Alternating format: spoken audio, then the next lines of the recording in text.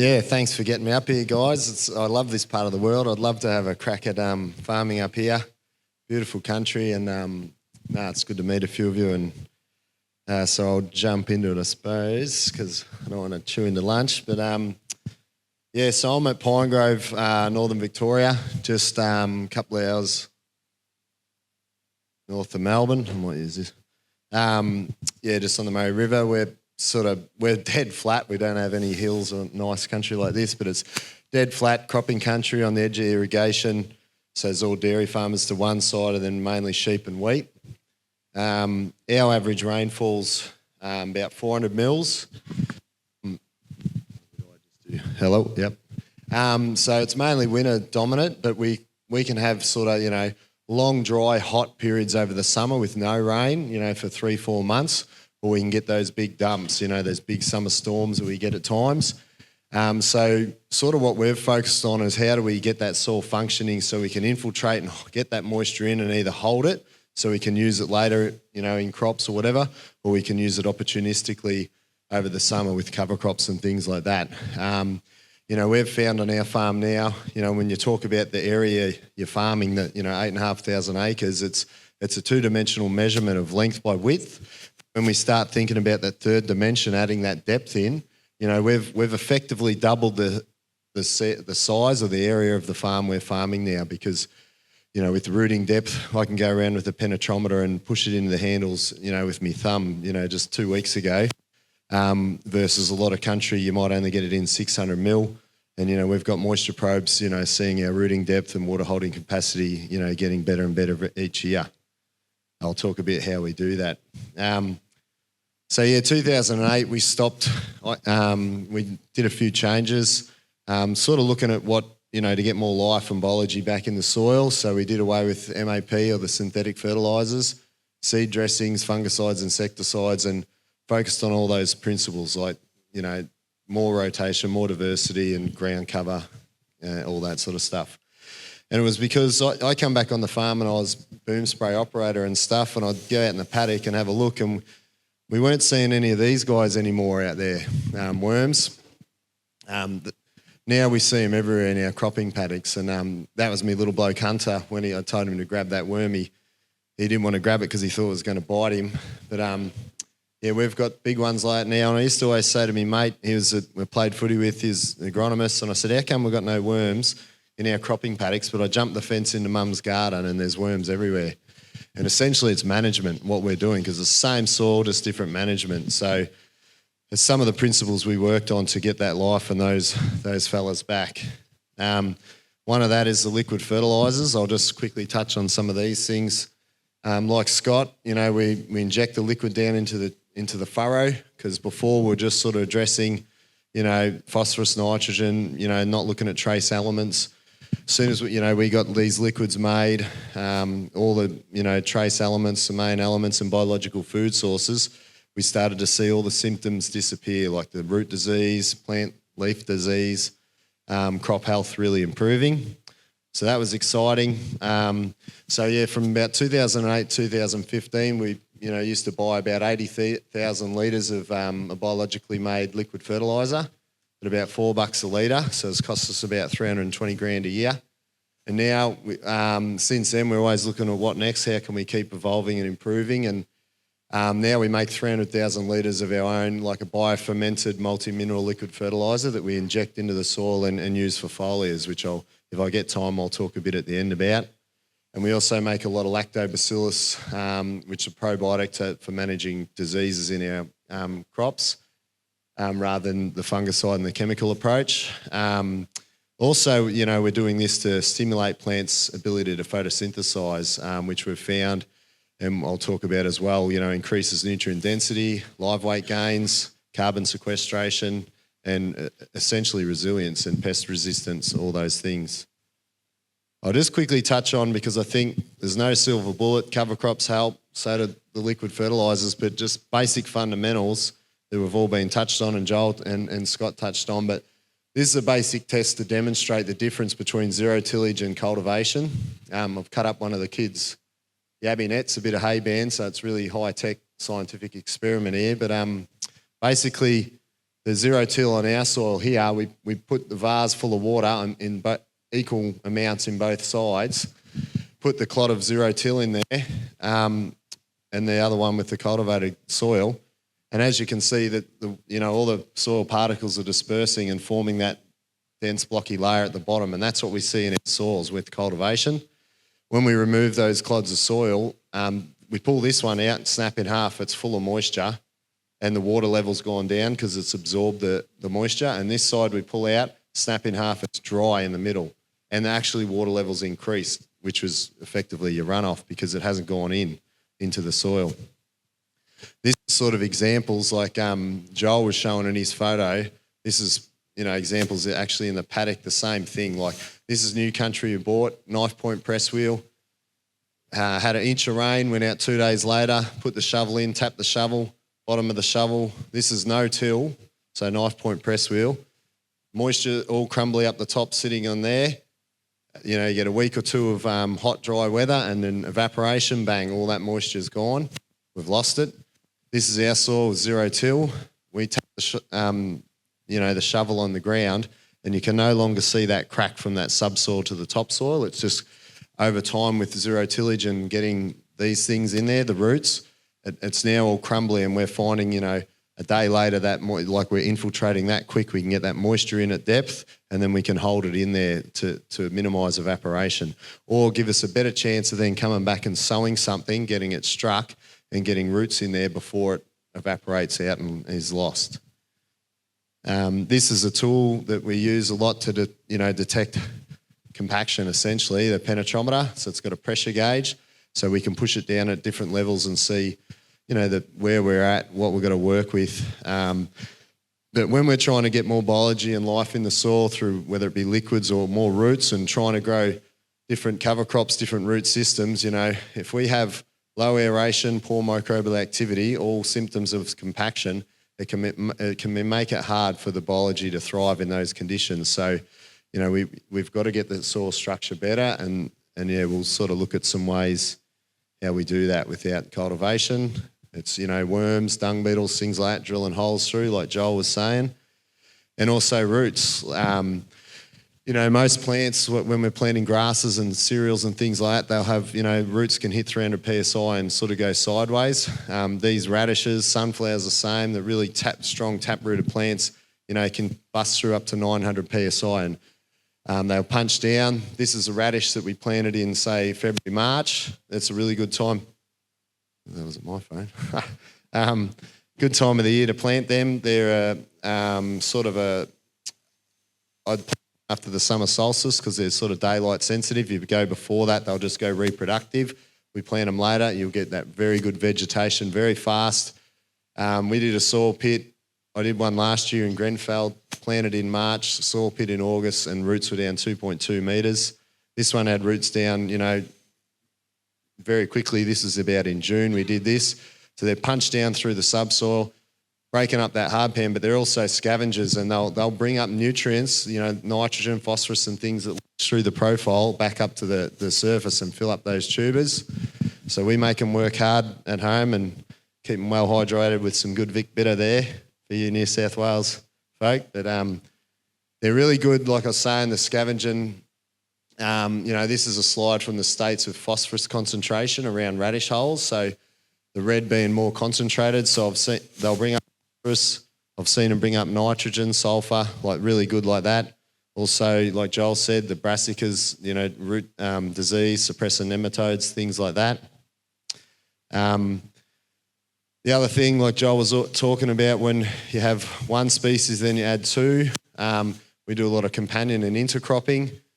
Two's better than one, and then as we sort of learning today, four's better than two, and the more diversity, we can get more things happening. But this is an example of, when we're growing, say, this is canola and faba beans, both broadleafs, but one's fixing nitrogen, one's a scavenger. So that particular year, I think 2016, we did this. Most of the monoculture canola we sowed was doing about 2.2 tonne to the hectare. This one here did 3 tonne to the hectare, so 2 tonne of canola, 1 tonne of beans. But we only put 40 litres of UAN in that crop total. Most crops growing monoculture canola at home now are 2, 3, even up to 500 kilos of nitrogen. Then you're coming back with a fungicide. They're now getting up to $50 a hectare, the ones that work. This had no fungicides, no insecticides, so very low cost, but just getting the plants to do the work. We do heaps of these sort of things, also field peas and canola, so we'll just harvest them, separate the seed. Vetch and canola is really good. There's so many options we can do. Also we're sort of learning that every plant has the ability to sort of liberate and make more minerals available, which I'll talk about more when we get into the full multi-species. But, if we're harvesting this seed, we're going to have better seed quality because potentially they'll share some of the minerals that they might otherwise normally get. This is another example, like the scavenger with the end fixer, like Joel was talking about earlier. But what we find is fairly interesting here, that these are field peas that very young in their growth stage, because you can still see the pea on the side there. Normally, when we do, say if you do field peas or vetch or anything in a monoculture, the plant has enough nitrogen in the soil to get it through till then it starts getting a lot of biomass and starts, nodulating and creating more nitrogen. But then when we put a scavenger or a legume with it, we can make that plant, fix up to twice the amount of nitrogen because it's out there trying to grab it and scavenge it. And I always sort of recommend, I've seen it that many times, like even in pastures where we go, ryegrass, clover pasture, especially in dairy systems where there's a lot of nitrates in the soil and the clovers mightn't be nodulating very well, very weak sort of white nodules. Like these are really dark purple, like really healthy, good colour nodules. You dig up the plants, don't find many nodules, and then you go find a dock plant or a thistle, dig that up, have a look around that, and you'll always see a lot more nodules around that. So we can use these in our pastures or in our cropping to prime that nitrogen fixation. Another good example of that, like I see a lot, up this way in northern New South Wales, southern Queensland, those February rains and everyone just goes in with straight oats for feed. We see this same at home. Like this is an example of just by adding those extra diversity. So we've got wheat, clover and radish. So a real easy one because we can just sow the oats or the wheat at full rate, or you could back it off a tiny bit if you wanted. But usually we just do full rate of that, like a kilo of radish, kilo of clover, very little amount of seed in. But there's been a lot of trials in the Riverina with this, trying to prove that these plants are robbing yield and competing with nutrients and moisture. And nearly every time they've done yield tests at the end of the year, there's been a 300 to 500 kilo a hectare increase by adding these couple of plants. So one, we're getting extra nitrogen fixed, but also two, some of these plants, like we mentioned, can, release phosphorus and calcium. Lots of other things going on, like we're finding oats can release compounds that inhibit diseases in pulses and other crops. So getting these in, like if we're growing this for wheat, we might put this in, we'll get more biomass early, we can graze this, then we can come back with like MCPA if we want, knock out the radishes, leave the clover. Like we run a stripper front so we can then harvest the wheat, leave the clover behind. We got stubbles, now we've got clover underneath it for the summer. If we get some rain, you can, put cattle on, fix the nitrogen. There's so many options that we can do just by adding some more diversity and minimising our input costs. This is a real good example. It was probably the first time it sort of really opened my eyes to the power of plant root exudates and what they can do. Like Joel saying, liberating, leaking those things in feeding microbes that then release different minerals and nutrients from the soil. Joel mentioned about buckwheat. So this is buckwheat in terms of phosphorus. They're very good at releasing locked up phosphorus. And I think as farmers, when we're always looking at our soil tests and we're focused on that what's plant available or the soluble portion, and we've done some total soil tests measuring the totals, what's locked up and unavailable, and then like also total biology, what's in the soil. And we've had some of our poorest sodic clays with up to 400 units of phosphorus, so 2 tonne of MAP equivalent to hectare locked up unavailable. We put this, we harvested some buckwheat, and with the seed, like the seconds, like when we were cleaning it, I just had that on the ground. I picked it up with the front end loader bucket and I just took off over like a pasture paddock here with the cover crop in it and just flicked the bucket out, just to sort of spread that seed seconds out on the paddock.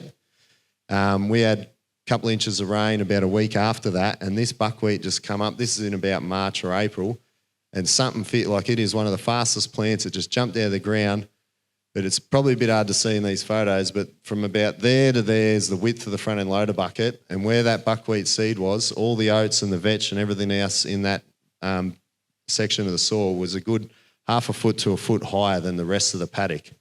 And that's and the only difference from there to there was that one seed, that buckwheat. And it really, we've obviously stirred up a lot of phosphorus release. The other pretty wild thing is we got into May, June, we got a frost, and that buckwheat just disappeared like overnight. It was unreal, like a real burn down. But what was left was still the oats and vetch and things. We still had that increase in biomass. So we don't have to always grow those cover crops to massive. Like there is benefits of that as well. But it had done its job in 6 to 8 weeks, terminated, gone. So that's where we get you can get creative. You can have lots of fun with this. Like particularly if you're cropping, putting some of these tropical legumes and things in with your winter planting, and then let nature take them out with a frost. Even with planting oats, like I was saying, putting your clovers and radishes and things they'll go right through from then to summer. We sometimes have, got mixes. We'll add sorghum, sunflowers and things like that in. If you're looking at those varieties and you look at time of planting, when you look at them, they always have that time of planting written down with harvest in mind when you're harvesting it with a machine. So if we're planting sunflowers or sorghum, we've got to plant it in October or whatever, so we're harvesting it before it gets cold and wet. That's when we're trying to harvest it for grain. If we're harvesting it with an animal, it doesn't matter if we're sowing it in February, March, and it's still growing through to May, June, because frost or rain's not going to matter the animal. But what we're also finding is, we might grow those plants, they grow real quick, they can cool the soil a bit, which then makes it better for the wheat and the oats to grow because they don't like it as hot. Their canopy lowers the ambient temperature and soil temperature. But then when that, sometimes for us down home, if we get a frost and that sorghum and that frosts out, that's the plant, it locks us in the quality, and that provides roughage. So when we're putting cattle on, straight ryegrass or whatever, and it's real rich and they're firing it straight out the back end and you don't have that nice pad that you're looking at, it's those big woodier plant, like the stemmier plants with more fibre and lignin that slows down the rumen, and we can hold that in our cattle longer. So this is another example, just by adding diversity, that what the difference can really make. And this is about 15 years ago, and it was when it really blew me away of the power of, like Joel said, adding from 2 to 4. This is our winter super mix, 14-way mix on that side. So we're at the Terrix on the Terric Plains. It's like 16% base saturation sodium. So it gets, when it can get very dispersive in wet weather and then dry and hard in the summers. We'd sown here as a break crop canola and faba beans as a companion. Spent about $50 a hectare on seed, about $100 a hectare on fertilizer. We had a heap of rain in June and it sort of dry till then, and then heaps of rain, and it sort of messed up establishment. So we had very poor establishment, could never recover the crop back with density, and it was wet through June. We harvested on that side about 300 kilos a hectare, so complete failure, left with bare soils over the summer. This was basically a fence line here where we sowed that, and then we went in the next door paddock, like right next door, same soil, put this 14-way mix. It had about 4 or 5 plant families in that as well. About $40 or $50 a hectare on seed. No phosphorus, just a bit of worm juice on the seed. And just, grew like that. But what was interesting, like these had the radishes, which is the white flower, which is a brassica like canola, and faba beans in there as well, up to me chest with no fertiliser, and then through the fence, they're struggling to get up to me knee. The only difference is adding that diversity. This was the same paddock. We drove in there with my ute to have a look, and, Syrah rye and trit and things like that, they were like literally a foot over the roof of my ute. And when we started doing the numbers on this, like we were doing dry matter cuts and seeing how much feed we'd grown, we went and got cattle and put in there and worked out the conversions. compared to when we're cropping and every time you grow a monoculture and you're always spending money, you've got to go and spray some weed out or put more fertilizer on and all these things. Then you harvest it and hope you don't get a frost or flood it or whatever. You know, so a lot more risk involved. We put the cattle in here and looked at live weight gains, and they were through the roof, very low cost of production, and you know, for a high sort of return in the end. So really good. But prior to doing this, we'd tested those soils because this particular paddock we hadn't been growing a crop on. We had 2 or 3 failed crops in a row, just sort of dry years. You know, we look at soil tests and that. What do we do to fix these problems in cropping? It usually involves coming in. We've got to, you know, we'll get advice. We've got to either rip it, put lime on it, gypsum, chicken manure, all these things, these input costs. And when I do all the sums on that, you know, now all of a sudden we're spending, you know, $400-500 a hectare before we've even started putting the crop in. And you sort of do the numbers in it. We're only for, you know, marginal rainfall. You know, we've got to get 2-3 tonne of barley at $300 a tonne just to pay back the cost before we even get any profit out of this. So we dropped these paddocks out for 3 years and did high diversity winter multi-species followed by summer.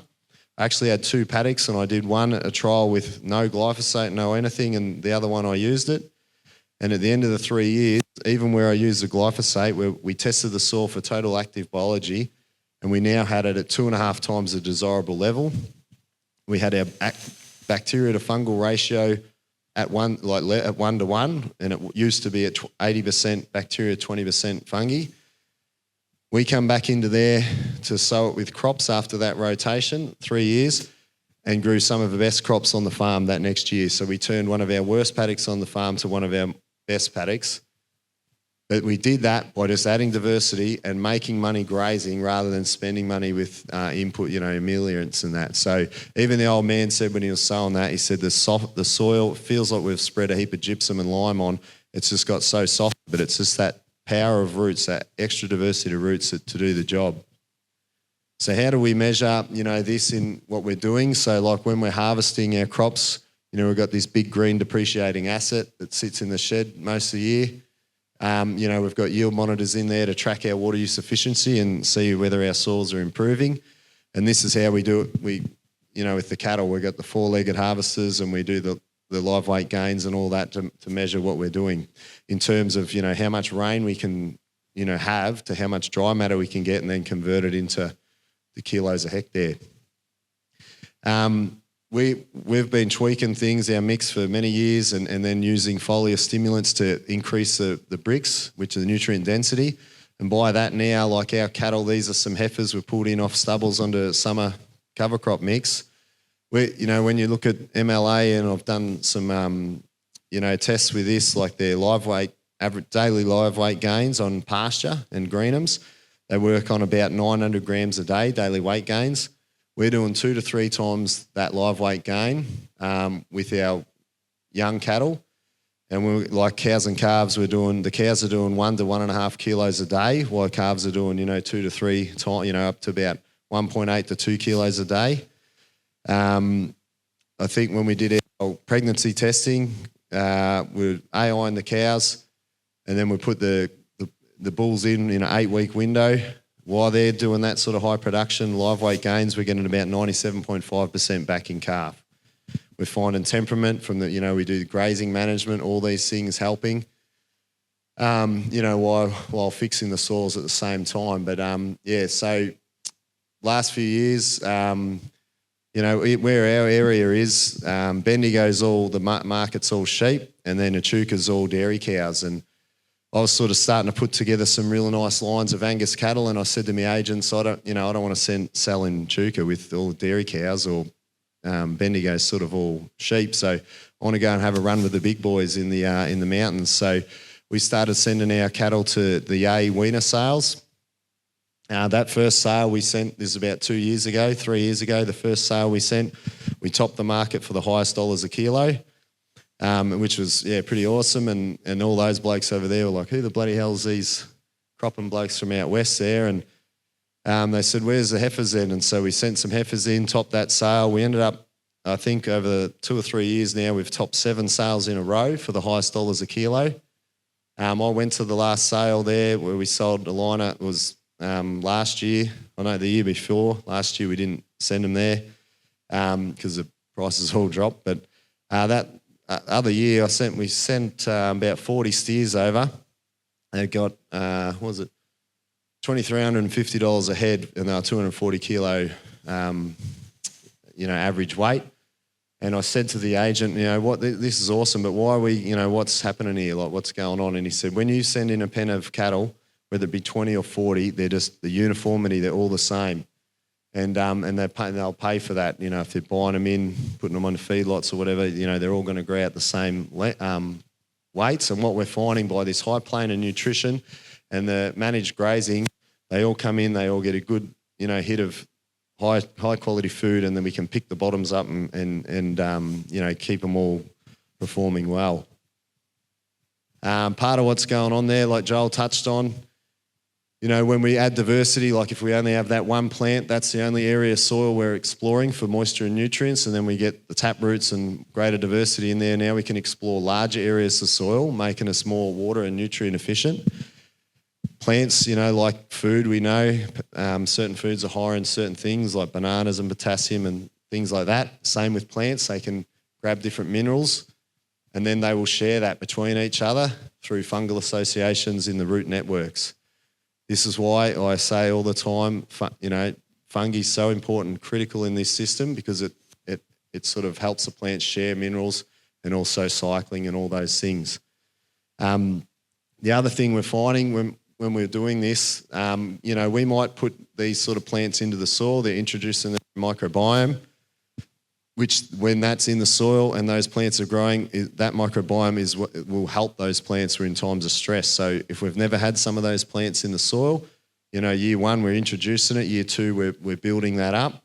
The other thing we find, we've done soil pits with this down home, Vic No-Till and days like that. We might have hostile layers through the soil where there might be chemical from years of chemical use, or even aluminium layers, boron layers. So as we start to get greater roots in there, we can get down and we might hit these layers, and then that can be toxic and things won't want to grow through that. Most of the time when we have, toxic things, like if you're poison or whatever, carbon can buffer that. So what we found, like Eva was interested in Western Australia, they've got very high mineral soils. I was over there. Lots of issues with aluminium, like up to 20% highly toxic. We're finding certain plants, like say plantain, has the ability to tolerate higher levels of aluminium. So when we had that in the mix, the plantain gets down, other plant roots can hit that aluminium layer and burn them off, and they struggle to keep growing. The aluminium tolerates it, starts leaking the root exudates, the carbon into that layer, diluting that aluminium layer. Next year they do it a little bit more, dilutes it a bit more, and all of a sudden now other roots can tolerate. And then we've seen, then it's like you're unlocking a key. All of a sudden, bang, the roots punch through that layer, and now we've got a whole bigger profile that we can now farm.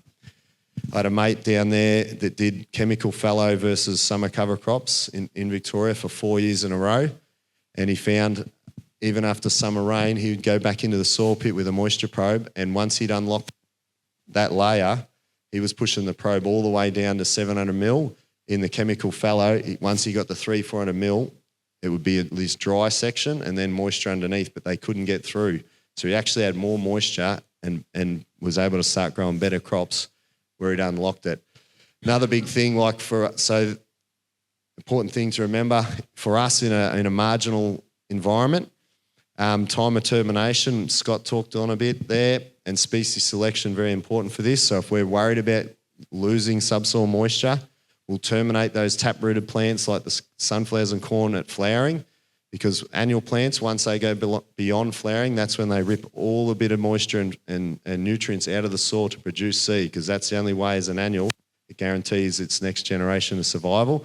So if we shut them down before that, we'll leave a lot more, moisture and nutrients in the soil, or choose plants with a lower taproot. But in some cases we see where you get saturated in the winters, and especially down south in the Otways and that, that you want those things to drain that profile out, and then so you can recharge it and not get waterlogged and wet through the winter.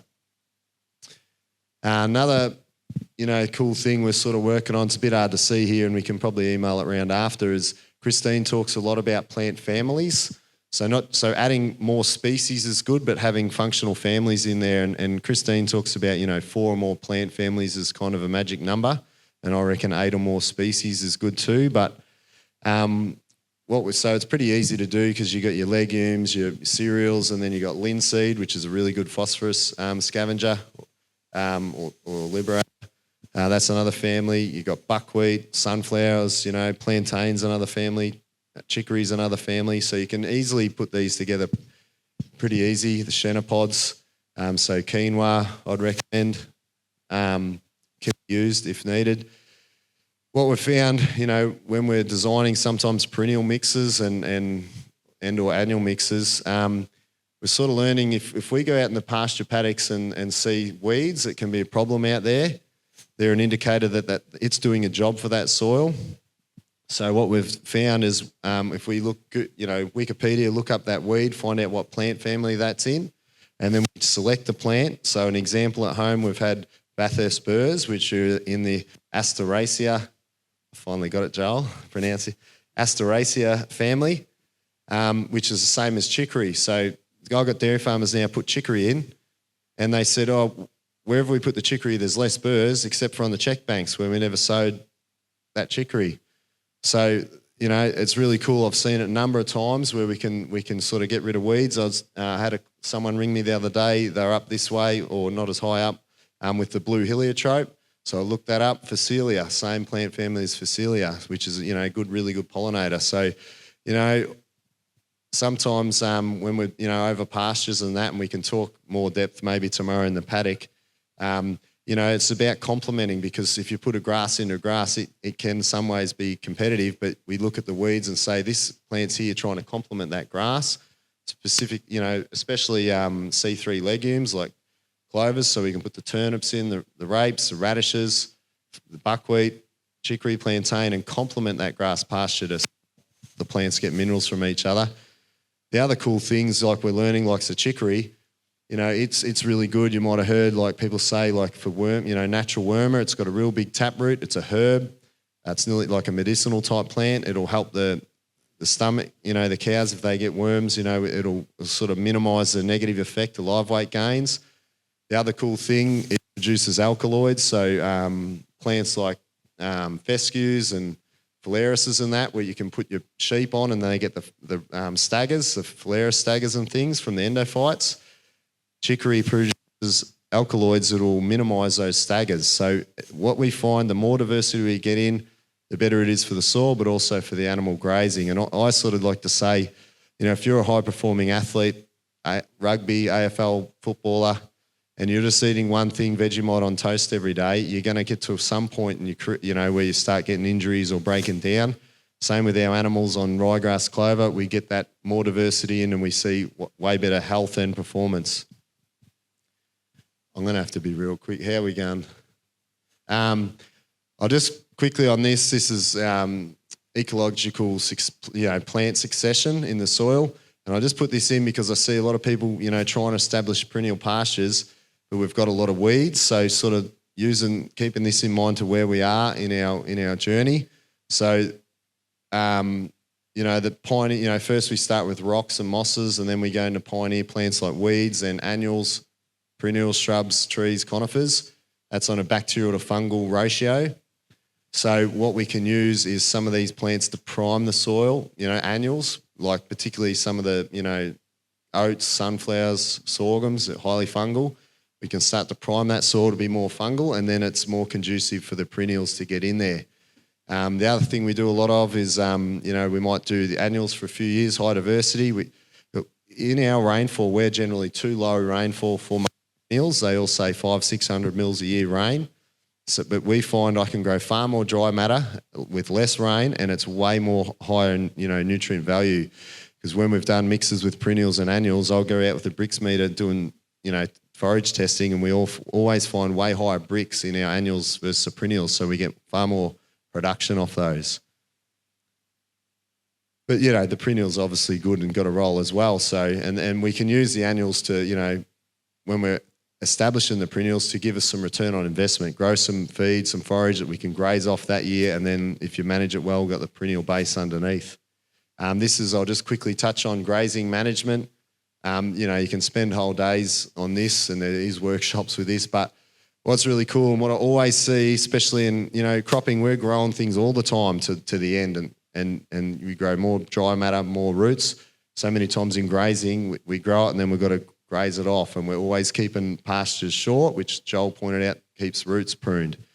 So we've done some trials where we might cut a paddock in half with a steel wire, and then we strip graze it with the poly wire. One side we might be grazing as it actively grown and getting really good live weight gains.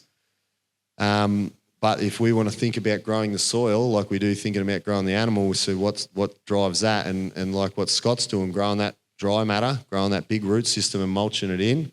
So we'll sometimes, leave one side till it's right at flowering at peak biomass, and then we'll send cattle in big numbers and just crash graze that to the ground, and it's that trampling of 20-30%, and then you're putting on weight, but it's the manure and all the stuff sort of going on that dry matter.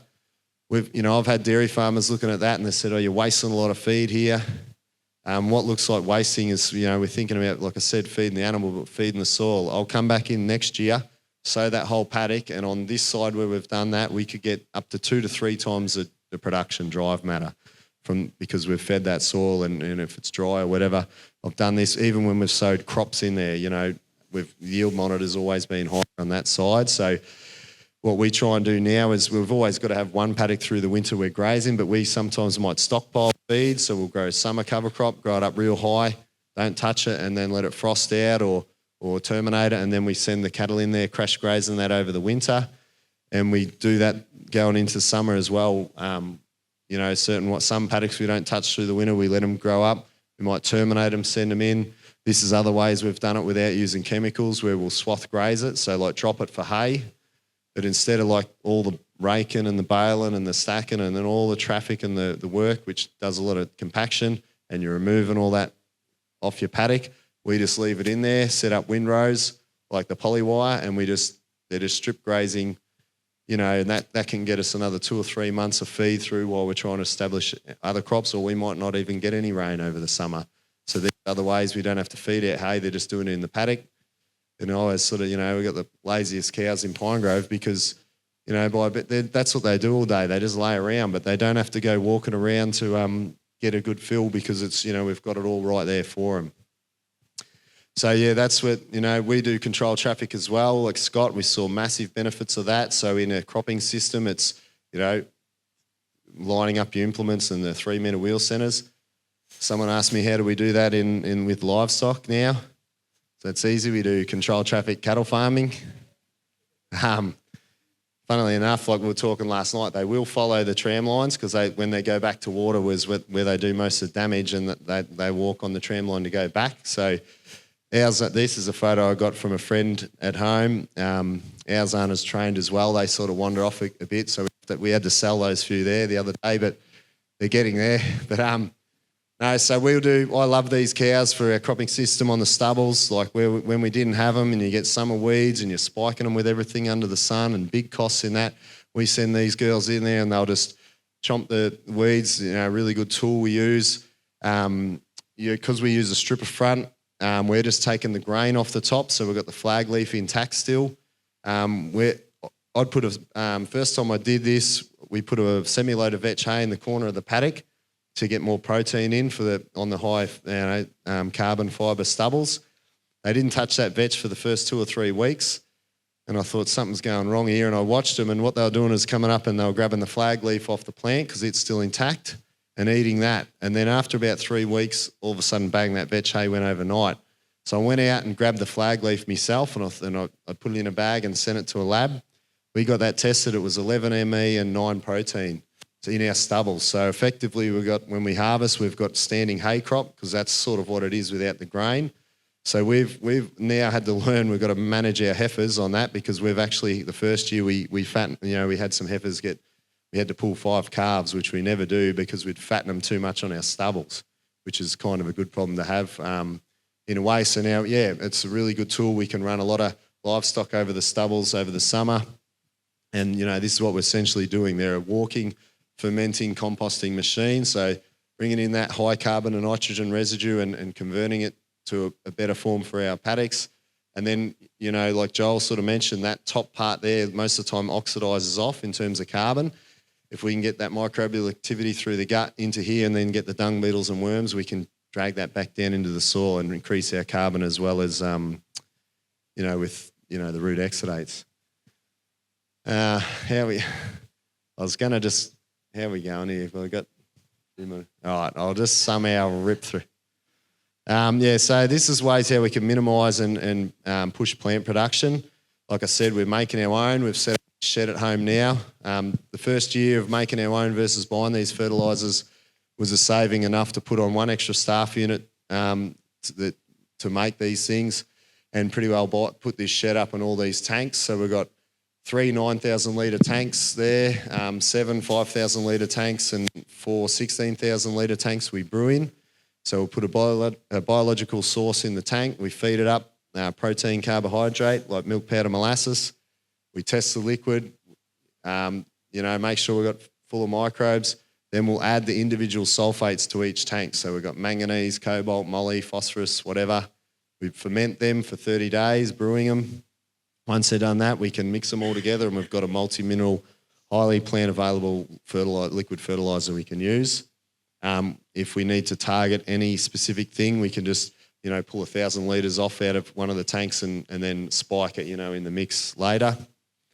This is sort of, some of the product when we're finished, like the lacto and the bioferts we use. Really, really effective as foliars for lots of things.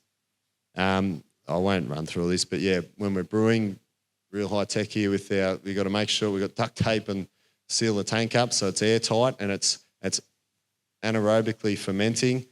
So we're letting off gas, stopping pathogens getting in. Like Scott just mentioned, I'll real quick on this, but the seed inoculants, we've done trials with Caesar and with red-legged earth mites because down south they're completely resistant to all insecticides now. So they come to us. We haven't used insecticide for many years. Every now and then we might have to. The only time we've had insect pressure is on canola and stuff where we've used pre-emergence and putting that plant under stress and we'll get insect pressure. But otherwise we get the nutrition right. This is pickled wheat here. We had 2 mil of rain, come out and dug it up. Hardly any little roots on it at all. This is worm juice and kelp powder and, 20 mil roots. So massive difference in germination. What was interesting here, at 3 to 5 leaf stage, we scored for insects and they had a presence of pests in both, but under economic threshold. So straight away it told me one's got chemical on it, one hasn't, and they both got insects. So the one with the chemical is clearly not working, and all it's doing here is messing up germination. So that's the first thing that needs to go. We do worm extracts. There we go. Which is really good, easy way to do as well on the seed. This is another cool thing we've been playing with is putting fungi on the seed.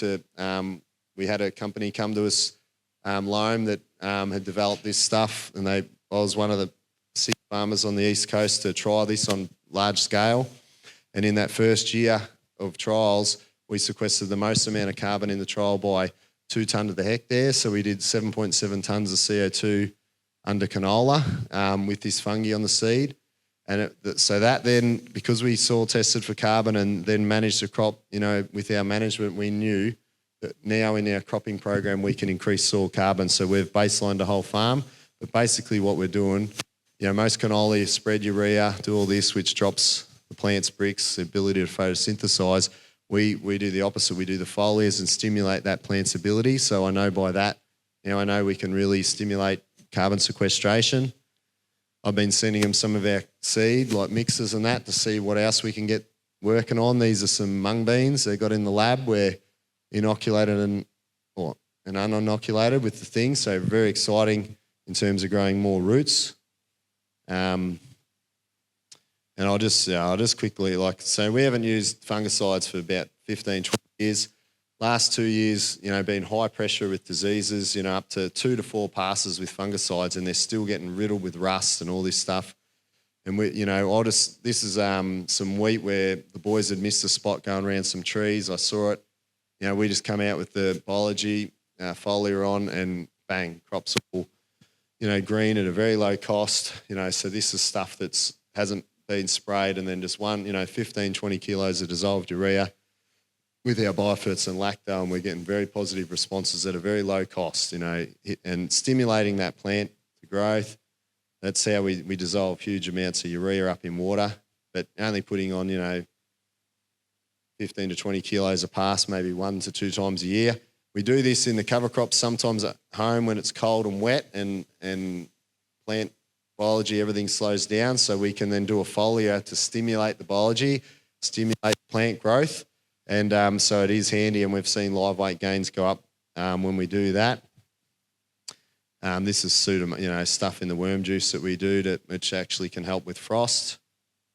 This is just another example, like plants, insect attack. So once again, here's the symptoms. What's wrong? I remember talking to an American, Jay Fuhr and that when they come out, and they said the 2 most detrimental chemicals we can use in our soils are fungicides and insecticides, and they're the 2 easiest to get rid of. And usually we have problem like this, a symptom occurring because we're out of balance, a lack of diversity or a lack of minerals, nutrients. So we might tissue test the plant, see what the lowest mineral is, and if we address that, usually calcium's a really good one.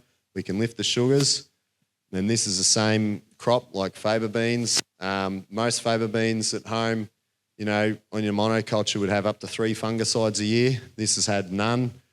Just the foliar nutrition on, get biology on, and we can grow healthy plants. And that, that's the same crop, get rid of the insects. I'll just quickly, with the Brix, which we might hopefully be able to have a look at tomorrow. But, it's sort of a magic number when you get at 12 and above, you get less disease and insect pressure. But in terms of, also that lifts the plant's ability to photosynthesize, which means we're now pushing in more carbon, which we can now get paid for as well. But in terms of livestock production, every 1% lift in Brix increase is about 45 grams a day weight gain in cattle, or 100 grams of milk solids per cow per day. So a lot of pastures I see, ryegrass clover, we do a Brix on them, they're 3 and 5. So, and then people even at, they'll throw a couple 100 kilos of urea on, you drive all this growth, but it dilutes those sugars, you fill the plant up with nitrates and water, but don't actually, they're empty sort of calories in a way. When we do the foliars, we've had crops that are, 8 or 9 or 10 and jumped them up to 16. We're Brixing at 16 versus Brixing at 3 or 5. That's when live weight gains can go through the roof. And like Joel said, adding diversity will increase the Brix, but then we can effectively manipulate that with foliars at a very low cost to push that up as well. And these were some field peas that we wanted to do that with wild turkey. See how that went. That was just a measurement there, but that we're coming into a pressure time for disease and insects, so we want that Brix high. These were Brixing at 13. We did a foliar, a cost of probably $5, $7 a hectare, and we got that Brixing up to 26. So in terms of nutrient density, if we cut that for hay or that seed that we're retaining off that, really high. But in terms of grazing and sequestering carbon, we've really primed that plant to do its job by just cheap foliars. And I'll just quickly flick through like insects now, because this is, especially in cropping, there's so little of them around. Paddocks are dead. You walk in, you're not seeing anything. They're very important to the whole system. We've had Dr. Lundgren out. We did insect traps, and we're finding so many predators and stuff in. Last year with Soils of Life, we went through looking and taking photos of the life in our cropping soils, and we found a Victorian funnel web. I found a trapdoor. This is in a paddock that we've continually cropped for probably 50 years, crop after crop after crop. We only put livestock in it over the summer because it's really good soft soils. But that guy, the entomologist, said these things are usually found in rainforests, very low disturbance systems, because they have an intricate tunnel. We found in one of our cropping paddocks, so pretty cool. And beetles are they're all part of the system. Getting the pests, eating the slug eggs, things like that. And then this is just another example of like last year, and we had last 2 years we've had flooded harvest pretty much. Then that has an explosion of insects like mozzies. And then, you just wait. Nature takes us to then a week later, we've got explosion of spiders and explosion of dragonflies. But this is us harvesting our paddocks last year. At the end of each day, we've got that. They're all cobwebs that, from in our crops. At the end of each day, we're going to blow down our header because it's absolutely covered in spiders and cobwebs. So I always say, if you're an insect going to start eating on that crop out there, good luck, because it's like a jungle. It's a frightening place out there. Kids won't get on the header anymore because they're scared there's that many spiders crawling around. But we don't see this when we've used a knife front, or most of the conventional crops. They're just, no one's blowing down their header like that. It's just, it's a difference when you get that system going, and they can do a lot of work for us. And this is essentially what we want to see. And that's when, the worms, like I said earlier, but when we introduce the livestock, particularly the cattle, but sheep will do it as well, into these paddocks, we just saw a more explosion of worms. So good for, that whole integration and that system. So I've sort of ripped through, and there's, little tips if anyone wants to know about little tips on foliars, we put a self-cleaning filter in so we're not blocking filters and stuff. I can talk to them later, but there we go. I'll won't interrupt lunch, and thanks for listening.